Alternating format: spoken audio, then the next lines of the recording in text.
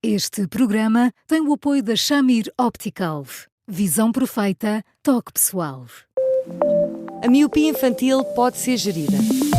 A Shamir lançou as lentes Shamir Optimi, que promovem uma visão completa para deixar as crianças mais felizes. As lentes Shamir, que gerem a progressão da miopia, são super resistentes, estéticas e muito confortáveis. Com as lentes Shamir Optimi, melhora o bem-estar da sua criança. Saiba mais em shamir.pt.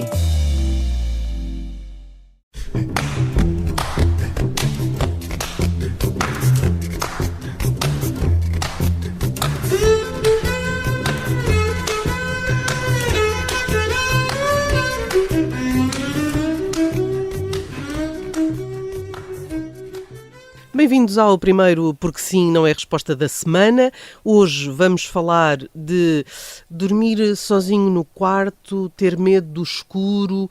Vamos falar daquela fase em que as crianças têm receio, não sei, daqueles papões que podem estar debaixo da cama. Mas a ouvinte que escreveu ao Eduardo, olá, boa tarde, está a falar de aquilo que chama pré-adolescente, tem 11 anos, portanto, bom, pela nova configuração será de facto um pré-adolescente, não quer dormir sozinho no quarto porque tem medo que apareça alguém. Eduardo, isto enquadra-se naquele receio de dormir sozinho, dormir no escuro, enquadra-se neste tipo de ansiedade que pode gerar nas crianças e, enfim, e nos jovens? Olá, Judite. Eu acho que todos nós acabamos por ter a ideia de que estes medos têm uma espécie de prazo de validade e que há alturas em que estes medos são normais, naturais, e haverá outras alturas em que eles saem um bocadinho do alinhamento e parecem ter uma dimensão um pouco mais fora do vulgar, chamemos-lhe assim. A verdade é que não é bem desta forma que as coisas se passam, depende fundamentalmente de vários acontecimentos que podem estar na vida desse pré-adolescente. Muitas vezes podem depender de dois exemplos, que são os mais vulgares. A linha A, de ele ter, enfim, passado por uma situação de algum embaraço, de algum aperto, como se diz numa gíria menos cuidada, e estar embrulhado com meia dúzia de medos que não consegue compartilhar com ninguém, mas que, ao chegar ao quarto, realmente ficam ali debaixo da almofada e atormentam e o fazem viver, coitado, atordoado com tudo aquilo que isso lhe traz. Pode perfeitamente ter a ver com uma série, um filme, com conteúdos muito para além do razoável, que, sobretudo para um pré-adolescente mais impressionável, mais sensível, assim, à primeira vista mais frágil, faz com que ele fique num certo ai Jesus que não consegue gerir. E a linha C, provavelmente a mais frequente, e aquilo que acontece com enfim, mais probabilidades, digamos, desta forma, admito que ele possa ter tido contacto com alguns conteúdos mais sexuais do que propriamente violentos, no sentido de uma violência física, seja sob que forma for, e isto o esteja a atormentar de tal maneira que, por mais que ele feche os olhos e tente dormir, isso bate na cabeça, e bate na cabeça, e bate na cabeça, e bate na cabeça. E, portanto, não é assim uma coisa tão estranha. Tem um aspecto que eu acho que, apesar de tudo, é saudável, é que há muitos adolescentes, mais crescidos que os pré-adolescentes, portanto, que vivem nesta angústia, neste martírio, em algumas circunstâncias, e tentam de todas as formas, mais até com o auxílio dos colegas, fazer face a tudo isto, e este, enfim, vai lançando uns pedidos de ajuda e vai dizendo que está aflito, e, portanto, no meio de todas estas dificuldades, está ali a deitar mão a quem eu possa entender e a quem eu possa resgatar. Portanto, do mal, o menos. Basta um filme Às vezes. que fique Às vezes, de tal forma marcado. Sim. Às vezes, Dito, e às vezes não é, note, e às vezes não é necessariamente um filme em que haja uma violência explícita. Às vezes pode ser só um filme. Um daqueles thrillers em que ninguém sabe quem é que está atrás da porta. Também. Mas pode ser daqueles filmes dramáticos onde se conta uma história que faz com que um adolescente, como tantas vezes nós, noutras circunstâncias, sinta que aquela história reproduz episódio a episódio aquilo que se passa na sua vida e que, portanto, aquilo bata com tanta força que o faça tremer da cabeça aos pés a ponto de reagir neste sufoco. É razoavelmente fácil chegar-se lá, não vale a pena nós imaginarmos que isto acontece só com os meninos pequeninos, a propósito dos fantasmas, das bruxas ou dos papões.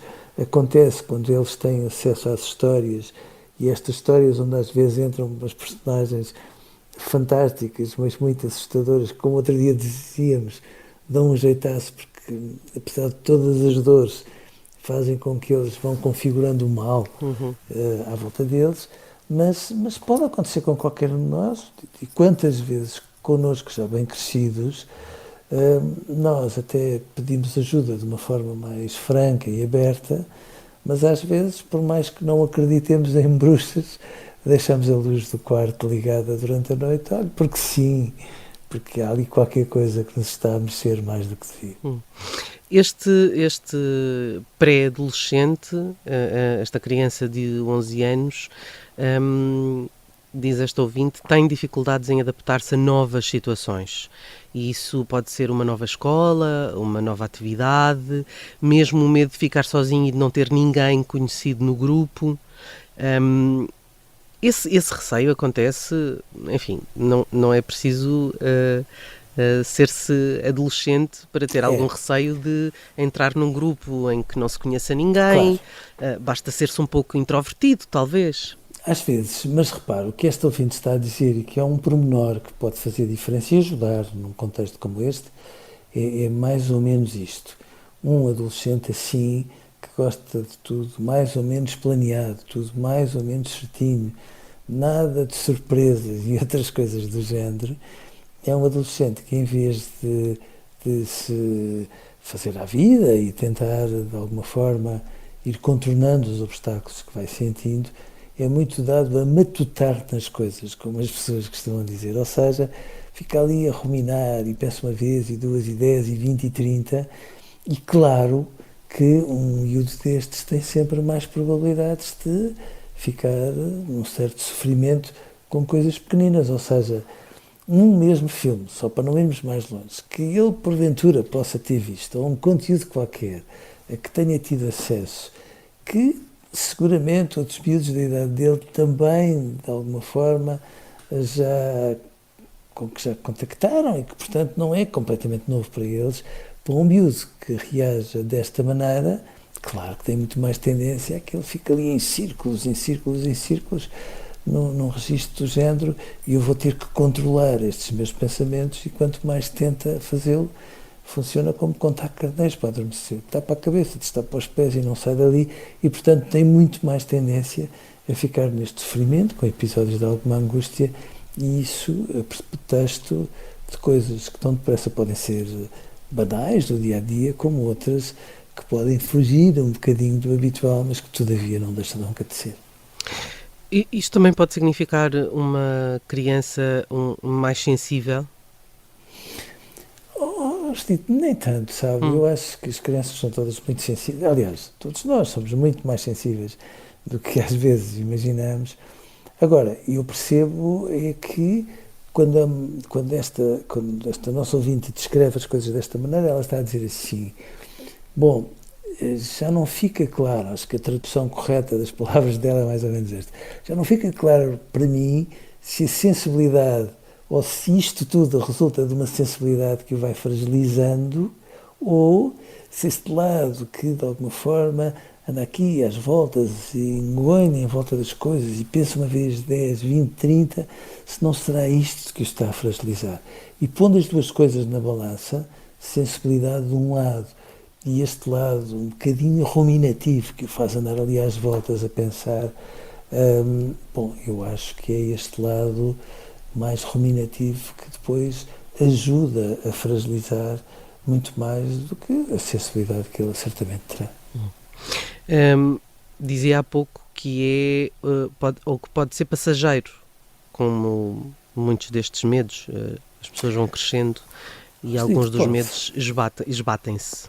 Pode, claro que sim, mas este lado, este toquezinho um bocadinho obsessivo de pensar, faz com que um miúdo como este tenha uma certa tendência para hoje ter medo disto e amanhã ter medo daquilo. E depois com este pormenor, quanto mais um período destes se vai prolongando e de certa forma vai magoando, mais ele vai ficar sempre na expectativa de que outro pode estar para vir, e às vezes é essa expectativa associada a este lado mais obsessivo que as duas coisas associadas uma à outra façam com que hoje ele não durma por isto e amanhã já não durma por aquilo. O problema dele não é o sono, é bom que fique claro, o sono é um efeito colateral, mas se calhar quanto menos obsessivo ele for, mais saudável se tornará. Portanto, se calhar ganharíamos se dessemos ali um jeitinho e o ajudássemos a ultrapassar esta dificuldade. Eduardo, hoje ficamos por aqui. Amanhã voltamos com mais um tema e até lá, já sabe, continua a escrever-nos para eduardosá@observador.pt, ouvir-nos nas plataformas digitais, no site também do Observador. E, Eduardo, ficamos por aqui. Amanhã, então, encontramos-nos de novo. Um grande abraço, obrigada e até amanhã. Um grande abraço para si, Judite.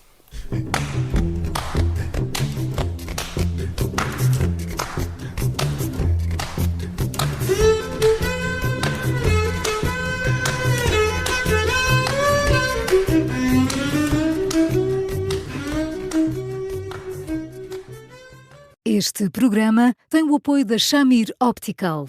Visão perfeita, toque pessoal.